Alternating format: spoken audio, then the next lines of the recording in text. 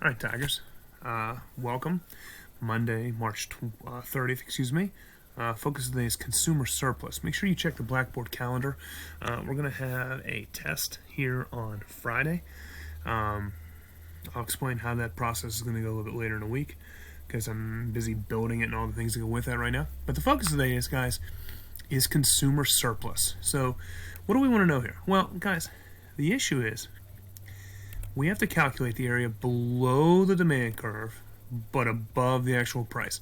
And I think Mr. Joel covered this a little bit in detail with you going on. Okay, so it's the area below the demand curve but above the price. So here's our demand curve, here is our price, and the area below those two is this area right here. And if you look, it looks like a triangle. Oh, it's even a right triangle. Look at that, right?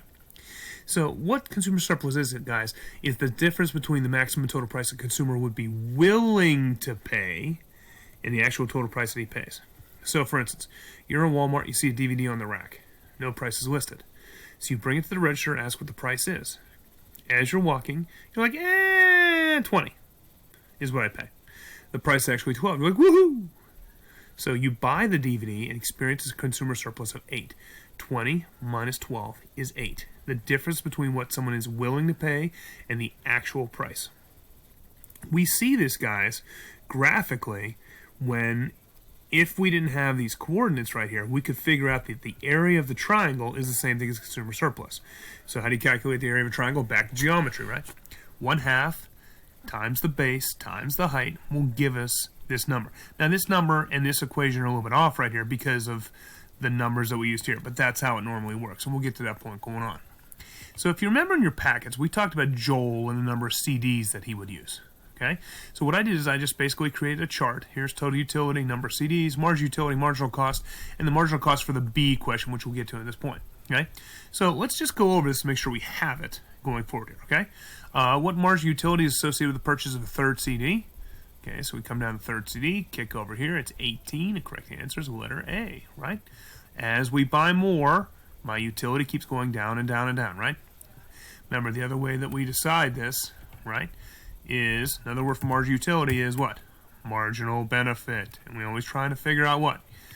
We always do something when marginal benefit is greater than, where's my greater than button? Okay, or equal to marginal cost. Okay, I'll add that in right here. Ready? Greater than or equal to. Look at that. Right now, it's a straight line, too. Okay, question 6 over here. What is Joel's consumer surplus if he buys 3 CDs at $11 a piece? Okay, so we figure out the benefit of 3 CDs. Boop, boop, boop. That's 63. Okay, that's what he would be. That's how much he benefits from 3 CDs, right? Total benefit. Okay, what is he paying for 3 CDs? Well, it's $11 a CD. 11 times 3 is 33. So when we come over here and we say, okay, 63 minus 33, okay, equals 30. Okay, correct answer. Oh, why is it on line? Letter A. Okay. What would happen to Joel's consumer surplus if he bought another CD at $11? Okay, so he buys another CD, 78. Okay, so he buys a 4th CD, so his total utility is 78. Okay, minus 44, because you got to pay for the extra CD, and it's 34. So the change between 34 and 30 is his consumer surplus will go up by $4. Now that should tell you something. If his consumer surplus keeps increasing, that means he should buy more CDs. Excuse me as I rotate here. Okay, so how many CDs should Joel buy when they cost $11 a piece? Here's our equation. We can never forget our equation. Okay, so should he buy the first CD? Yes, because 25 is greater than 11.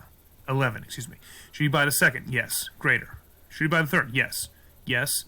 Yes. No! So how many CDs should he buy? He should buy 5, because at 5 is when 12 is still greater than 11. Okay, what is Joel's consumer surplus at the optimal number of CDs purchased? Okay, well, he's buying how many CDs? 5, right? Okay, so let's come back over here. 90 minus 55 equals 35. Okay, so correct answer is A. Lots of A's in here. I don't know why there's all these A's. A. Okay, here we go. If CDs go on sale and their price drops to 8, how many CDs should you expect Joel to buy? Okay, right? So 25 and 8, yes. 20 and 8, yes. 18 and 8, yes. 15 and 8, yes. 12 and 8, yes. 10 and 8, yes. 6 and 8, no. Correct answer. 6. So why is consumer surplus important? Guys, consumer surplus is important because it allows, I'm not going to type this in because it's going to be, well, I'll try and do it over here. Consumer surplus is important because it allows the consumer to try to maximize his utility. We want people to go out and shop. And to this point. So how does it help explain the law of demand? As prices go down, we will then try and buy more, because if prices go down and I'm able to buy more, look, Joel, when CDs were 11, he bought 5 CDs. As soon as the price dropped to 8, he bought what? A 6th CD. And that's what we want. We want people to try and maximize their benefit going forward. A real-life example of this, guys, all the time is when you go used car shopping or a new car shopping. And when you go and you talk to the salesman, they'll say things like, oh, how much are you willing to spend? What is he trying to do? He's trying to figure out your consumer surplus, because he knows if you're willing to spend this, he's going to set the price of that car right there if at all possible. That's why people laugh when I tell them, when I helped my wife buy her car, and the car salesman said, well, how much are you willing to spend? I said, $24. And the guy looked at me. I go, I know the game. We're going to have to negotiate. I'm not giving you what my consumer surplus is. And he just started laughing.